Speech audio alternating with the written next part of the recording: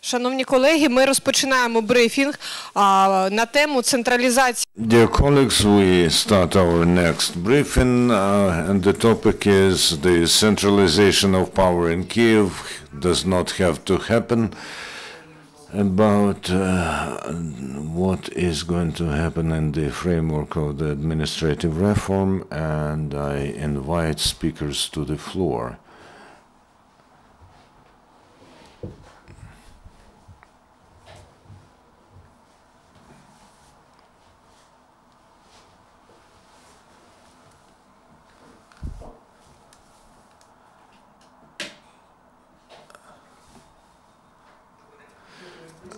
Good morning. We'll start our press conference. I am Viktor Taran. I am head of the Center for Political Studies and Analysis, and I'm an expert of the rehabilitation package of reforms.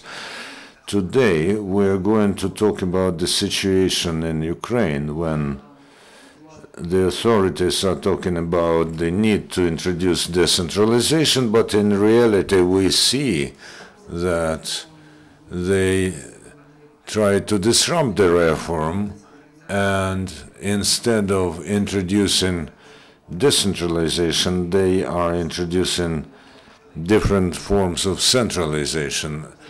What can we say about remote villages or regions if we see such a situation in Kyiv? I'd like to introduce today's speakers. Oleg Petrovets, who is the Kyiv City Councilor. He's in Olesa Horobetsis faction, and Andriy Krupnik, head of the All-Ukrainian Association of Self-Organization of the Population. And if we talk about decentralization, we're talking about delegating powers to the local level, and also creation of some means that will help to provide for decentralization. In Ukraine, this is either district councils or the full self-organization of the population. However, last week, the Kyiv City Council has delayed the consideration of the decision to create district councils in Kyiv. So Oleg will talk about this. In fact, the situation with this issue is very complicated because everyone knows very well that district councils in Kyiv was the pre-election promise of almost every political force that vied for seats in the Kyiv City Council, and they also said that they will restore the authority of those councils to the tune that it was there until the shameful reform of 2010. We worked hard on the draft which was submitted to the Kyiv City Council, but then in the City Council they tried to avoid the question. They were talking about why this draft resolution should not be adopted, and they said that the councils should not be restored in the way that they were used to be. However, the councillors are not fools, and this idea that they should not be restored are contrary to the mood that was there in 2010. If Yanukovych and his team wanted to usurp the power, then the question is, why should they have removed those councils? And they had just to remove those local councils in order to centralize the power within the city council. And the Kyiv authorities are now taking practically the same way. They are delaying the decision in order to improve it as if, and after the councillors said that they will improve this draft, the head of the commission asked what should be improved there, and they cannot actually answer you because there was work, and the project, the draft that was born was practically the best option that we were able to create. So now it looks like the Kyiv City Council has refused to restore any kind of local councils, of district councils. They did not want to broaden the authority of district councils. So my general conclusion is that there was work, that there was a draft. However, they intentionally adopted it as a basis for future decision, and they decided to delay it for no one knows how long. Well, maybe other opposition forces, which are in minority in the city council, in the Kyiv City Council, but they are in majority in the parliament, and it should be done and may be done through the parliament. So we would like to know the position of the Samopomich faction. Well, there are strange things happening in the Kyiv City Council. The impression is that the majority has been sent to knockdown, and they are just listening to how fast the referee will count. But of course there is an active minority which does adhere to the obligations we undertook, and we do not even discuss the issue of whether there should or should not be local councils, because there is not just the demand of voters, but there are respective draft laws in the parliament, and the situation is very simple. Local councils should be given the necessary authority, and there should be a minimum set of those authorities, of this authority, which is determined by the law. And of course there should be some property rights, so that one of the opportunities to realize self-government is the executive committee that has to be responsible to the district council. The number of councillors should be minimum in order for them to work efficiently, and they should be responsible to the local community. This is very simple. This should be done. Thank you. So if we talk about the law that we already mentioned, it does provide, probably for the first time, that one of the first subjects of self-government in the capital are the bodies of self-organization of the population, which is a very good tool, which is unfortunately used efficiently not everywhere, but without it we cannot say that citizens will be actively involved in the city life. Maybe the number of local councils will be lessened, but the number of active citizens is going to grow. So Andriy Krupnik, who is head of the All-Ukrainian Association of Help to the Self-Organization of the Population, will tell us about this.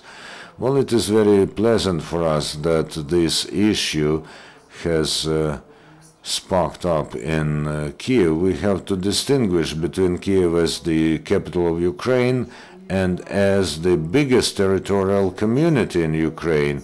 And we are now talking not about the centralized functions of the executive power, but about the local community and the mechanism of representation of people's interests. Now we see that they do not have no resource as well, either intellectual or financial or whatever. So the question is, why should we involve the additional resource of active citizens? I think there's no need to comment on this specifically. Almost 130 bodies of self-organization of the population are now active in Kyiv. Most of them are at the level of residential blocks of flats, and some of them are in the private construction sector as well.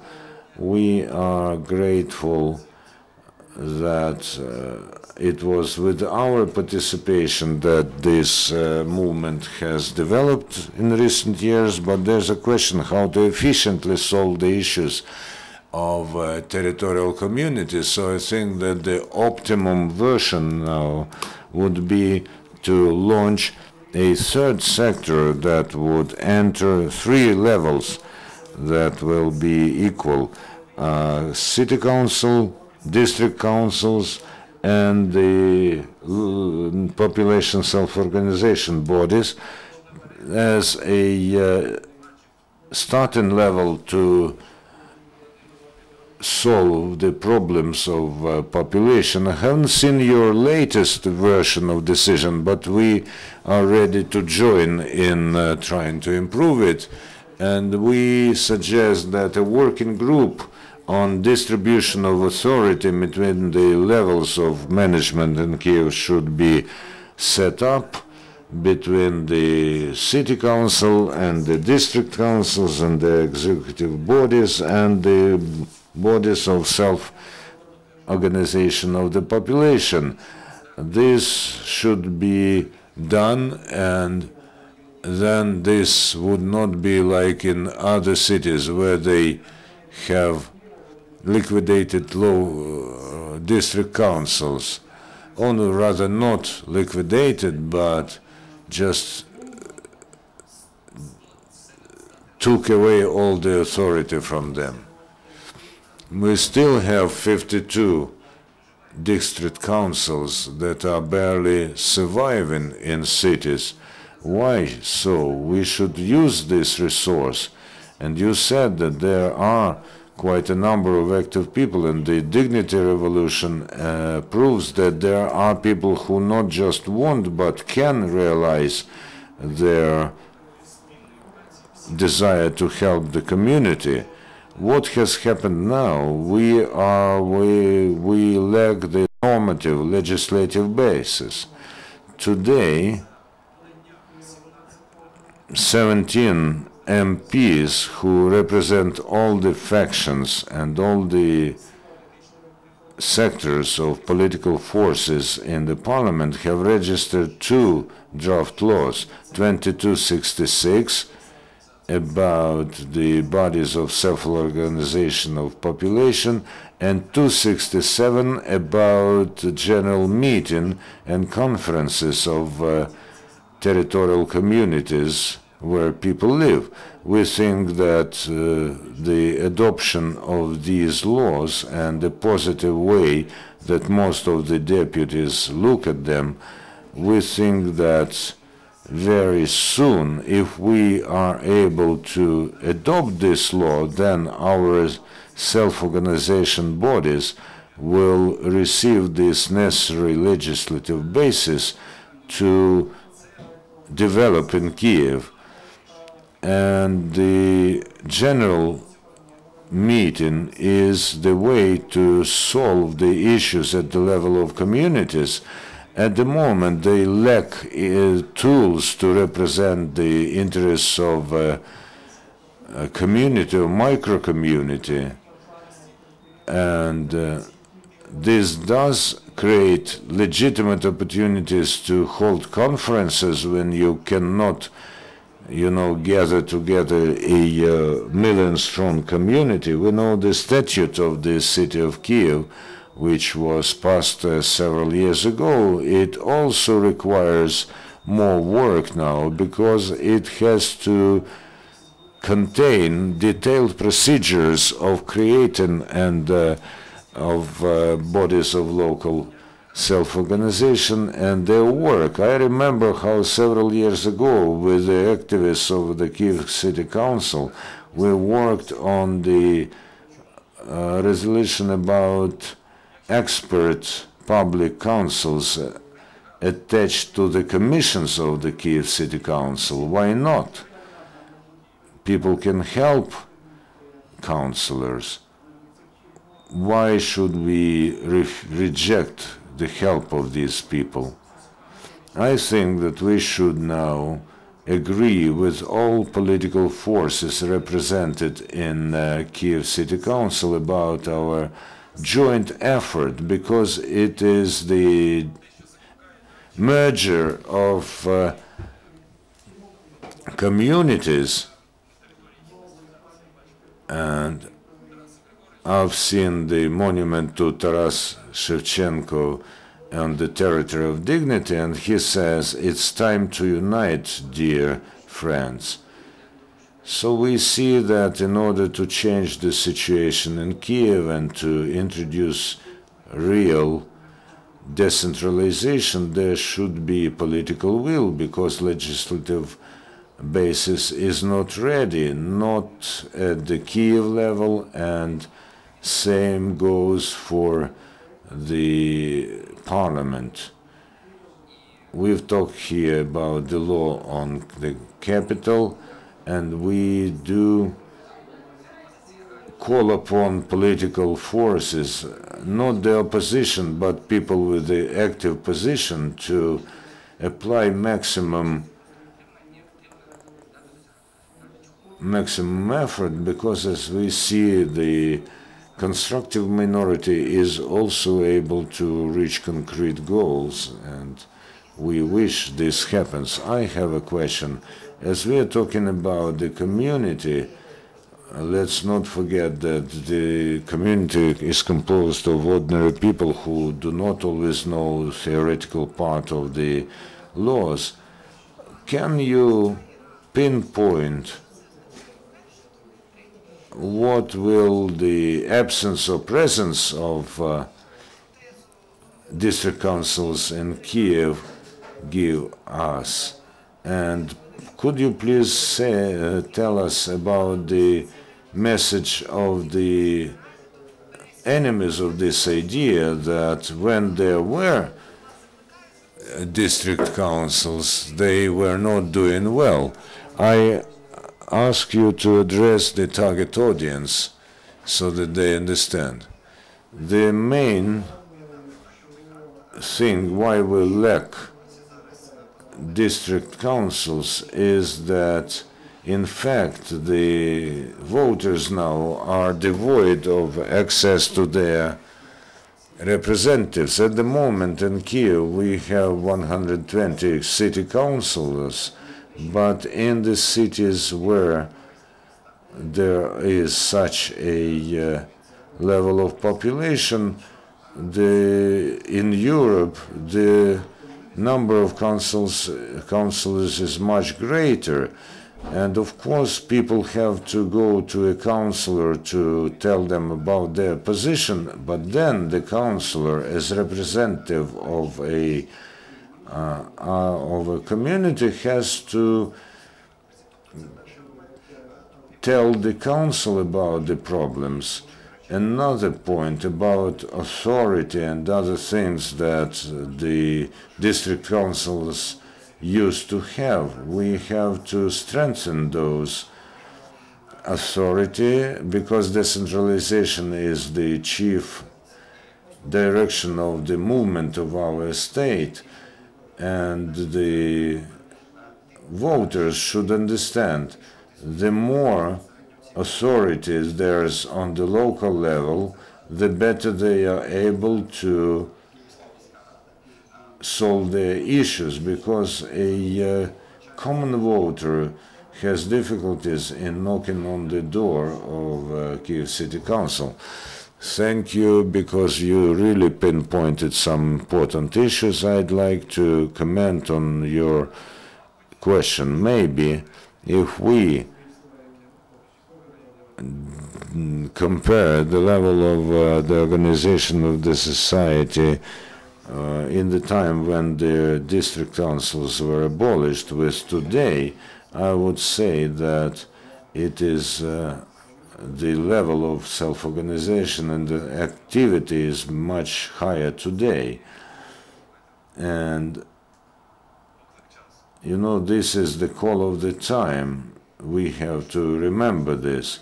If we are talking about the issues of management, then of course this is why they usurped everything on the level of the Kyiv City Council. There was no trust in district councils.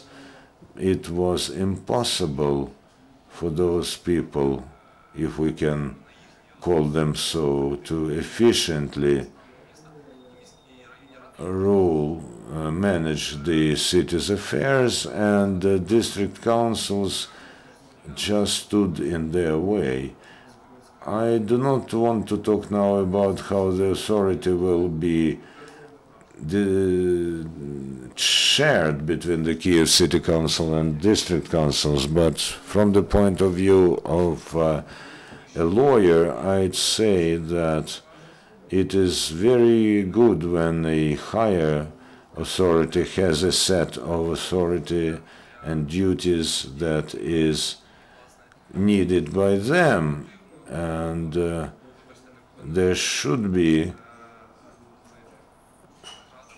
you know, the city council should not give permission or ban on the installation of some kiosk, but in fact what's happening because of this centralization, Kyiv City Council is overflowed with these issues, and this argues and this rubbish heap should be cleared, and the simplest way is to break it into pieces. This is a normal and constructive process. I used to be a councillor at a district council in Kyiv for 2 terms, and this is a myth that district councils were managing the land. This is a myth. In 2002, there were 10 administrative districts in Kyiv.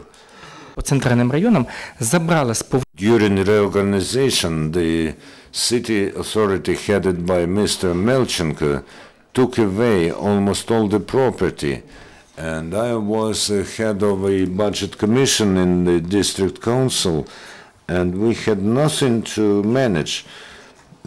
We really didn't have money or financial opportunity and ability to do anything, and every year the city authorities tried to take more and more authority from us.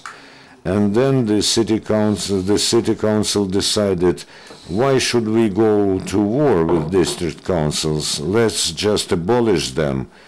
And I tell you, as the councillor at district council, from the position of the public, your fears whether the district council will be able to do that, we would like to remind you that the authorities means responsibility but not the privilege, and active citizens have the instruments of influence, instruments of participation. They have to ensure the monitoring, public monitoring on passing, preparation, implementation of the decisions made by the executive bodies or by the councils. We lack the instruments of influence, including the instruments of public control. We have developed such booklets, drafted such booklets, that's 5 pages, which has all the set of the instruments which will help the community to influence the authorities. That is like a roadmap which we're ready to provide to people so that people can do it. And that's explanation of 2 laws that I've mentioned, 2 draft laws which are to be adopted today. We're not saying that today the association of territorial communities without these 2 laws becomes a myth, because today there's no legitimate instrument which would allow to unite and to commonly address problems. Unfortunately, we don't have any time left. Thank you, colleagues. I would like to inform that at 11